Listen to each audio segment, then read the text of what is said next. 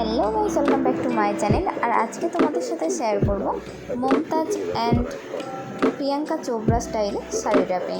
তো কীভাবে এরকম স্টাইলে শাড়ি পরবে খুব কম টাইমের মধ্যে খুব সহজভাবেই তোমাদের সাথে শেয়ার করবো। তো চলো স্টার্ট করা যাক। তো দেখো, আমি ফার্স্টে একটা কমলা রঙের শাড়ি নিয়ে নিয়েছি, তোমরা চাইলে লাল রঙেরও নিতে পারো। আমি কিন্তু এখানে পুরো সেম মমতাজের মতোই শাড়িটা নিয়ে নিয়েছি আর একই কালার। তো দেখো, ফার্স্টে আমি প্রথমের দিকে ট্যাকিং করে নিচ্ছি কোমরের কাছে। একদম সুন্দর করে ট্যাকিং করবে যাতে সুন্দরভাবে সামনের ফিনিশিংটা দেখতে লাগে এবং একদম না যেন ফুলে থাকে। ফুলে যদি থাকে একদম কিন্তু ভালো লাগবে না আর বাজে দেখতে লাগবে।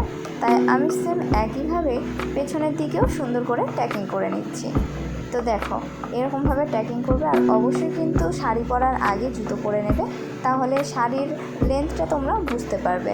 না হলে শাড়ি পরার পরে যদি তোমরা জুতো পরো তাহলে কিন্তু শাড়িটা উঠে যেতে পারে পায়ের দিকে বা অনেকটা নিচুও হয়ে যেতে পারে। তো সেই কারণে আগে জুতো পরবে, তারপরেই শাড়ি পরবে।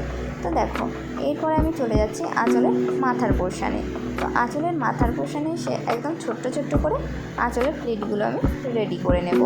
তো তোমরাও কিন্তু একইভাবে ধীরে ধীরে শাড়ি পরাটা দেখে নাও এবং একদম স্কিপ করো না।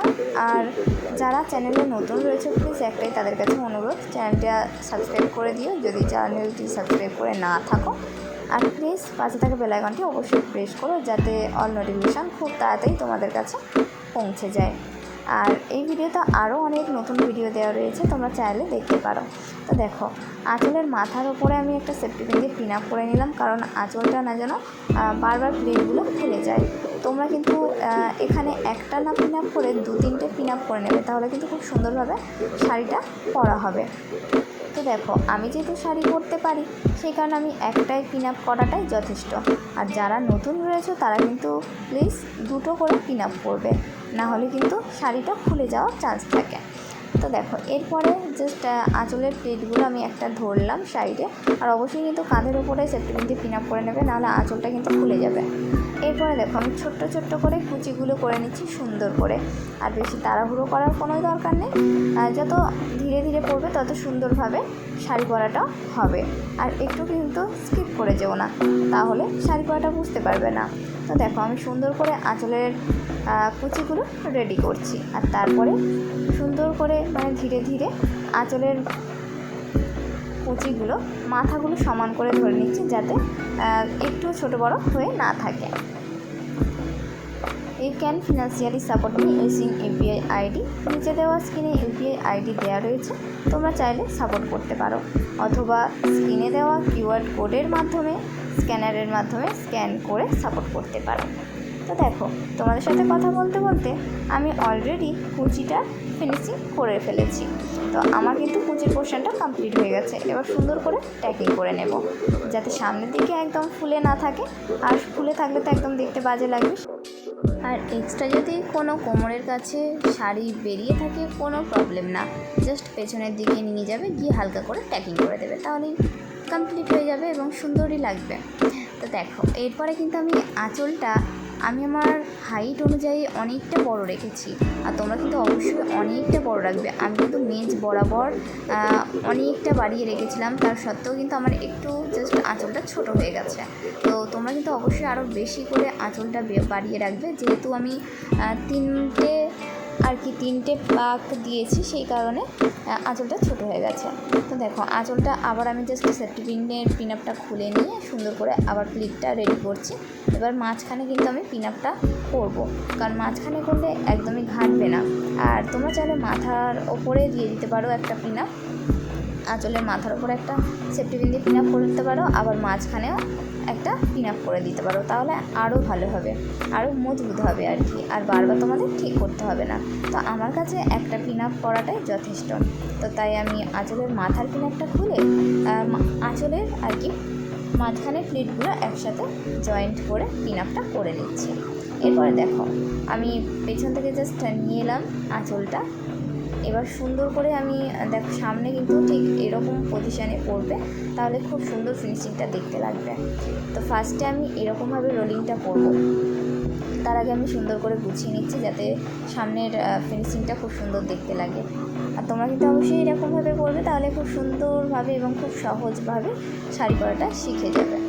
তো এরকমভাবে হাত দিয়ে সুন্দর করে ধরবে, ধরার পরে জাস্ট সামনে থেকে নেবে, নিয়ে পেছন থেকে রোলিং দিয়ে আবার সামনে নিয়ে আসবে। তো দেখো ফার্স্টেরটা আগে দেখো, তারপরেই বুঝতে পারবে। তো দেখো এরকমভাবে আমি সামনে থেকে আঁচলটা নিয়ে গেলাম, আঁচলের প্লেটগুলো একসাথে ধরলাম, ধরে আর সামনে থেকে নিয়ে পেছন থেকে জাস্ট আমি নিয়ে আসছি। আবার কিন্তু সেম একইভাবে এবং ওর ওপর থেকে আরেকটা জাস্ট রোলিং করব। তো দেখো এরকমভাবে করবে। আর এত সুন্দর শাড়ি পরাটা দেখতে লাগবে। যারা একটু হেলদি চেহারার মেয়েরা আছো তাদের কিন্তু খুব সুন্দর একদম স্লিম ফিগার লাগবে। আর যারা একটু শর্ট হাইটের মেয়েরা আছো তো তারা যদি এরকম স্টাইলে শাড়ি পরো তাদের কিন্তু খুবই লম্বা লাগবে আর খুবই সুন্দর দেখতে লাগবে। তো দেখো আঁচলটা কিন্তু আমার অনেকটাই ছোট হয়ে গেছে, আর তোমাদের আমি বারবার বলছি আঁচলটা অনেকটা বড় রাখবে, তাহলে আঁচলটা কিন্তু ছোট হবে না। আর আমি কিন্তু এখানে আঁচলটা খুলে একটু বাড়িয়ে নিয়েছি, জাস্ট তোমরা দেখতেই পাবে। দেখো আঁচলটা কিন্তু আরেকটু বড় হলে খুব সুন্দর দেখতে লাগবে। তো আমি কিন্তু খুলে বাড়িয়ে নেব আঁচলটা, এখন আমি বাড়াচ্ছি না, তোমাদের জাস্ট আমি দেখালাম যে সামনের পজিশানটা কত সুন্দর লাগছে। তো দেখো আঁচলটা খুলে জাস্ট আমি একটু বাড়ালাম। তো আমার মতে আমার কাছে এতটুকুই আঁচল যথেষ্ট। তোমরা চাইলে তোমরা যদি চাও আরেকটু বড় করবে তাহলে আঁচলটা কিন্তু খুলে আরেকটু বড় করে নেবে। আর সব সময় আমি আগে থেকেই বলছি যখনই আঁচলটা মানে রাখবে একটু বেশি করেই রাখবে, মানে মেজ বরাবর ছুঁয়ে গেলেও আরও বেশি করে রাখবে। যেহেতু আমি এখানে 3টে রোলিং দিয়েছি সেই কারণে আঁচলটা একটু শর্ট হয়ে গেছে। আমি যদি 2টো দিতাম তাহলে ঠিক হয়ে যেত। তো দেখো আঁচলের প্লেটগুলো একসাথে ধরে কাঁধের ওপরে সেফটি পিন দিয়ে পিন আপ করে দিচ্ছি। আর তোমরা দেখতেই থাকো এবং দেখো মেন ফিনিশিংটা বা আমার ফাইনাল লুকটা দেখে নাও। সো গাইস এইরকম স্টাইলে কিন্তু মমতাজ বা প্রিয়াঙ্কা চোপড়া শাড়ি পরেছে। তোমরা হয়তো থাম্বনেল দেখেই বুঝে গিয়েছো ওদের মতোই কিন্তু আমি পরার চেষ্টা করেছি, আর ওদের মতোই আমি শাড়ি পরাটা তোমাদের কিন্তু শেয়ার করেছি।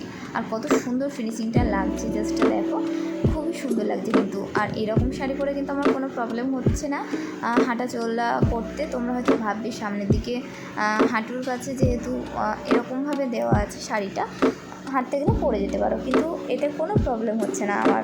তোমরা বাড়িতে ট্রাই করে দেখো, আশা করছি ভালো লাগবে। এরকম স্টাইলে শাড়ি পরা একদম নিউ স্টাইল শাড়ি পরা, তোমরা যে কোনো জায়গায় এরকম স্টাইলে শাড়ি পরতে পারবে। বিয়েবাড়িতে এরকম স্টাইলে শাড়ি পরে যেতে পারো, বা সরস্বতী পুজোয় পরতে পারো, বা যে কোনো অনুষ্ঠানে তোমাদের যেখানে খুশি এরকম স্টাইলে শাড়ি পরতে পারো, খুবই সুন্দর লাগবে। তো এই চ্যানেলে আরও কিন্তু নতুন নতুন ভিডিও দেওয়া রয়েছে, তোমরা যদি চাও অবশ্যই চ্যানেলে গিয়ে ভিডিওগুলো দেখতে পারো। আর যারা একদম শাড়ি পরতে নতুন তাদের জন্য বিশেষ করে শুধুমাত্র তাদের জন্য আরও সুন্দর করে ভিডিও দেওয়া রয়েছে, একদম স্টেপ বাই স্টেপ কীভাবে শাড়ি পরবে সবটাই ভিডিওর মাধ্যমে শেয়ার করেছি।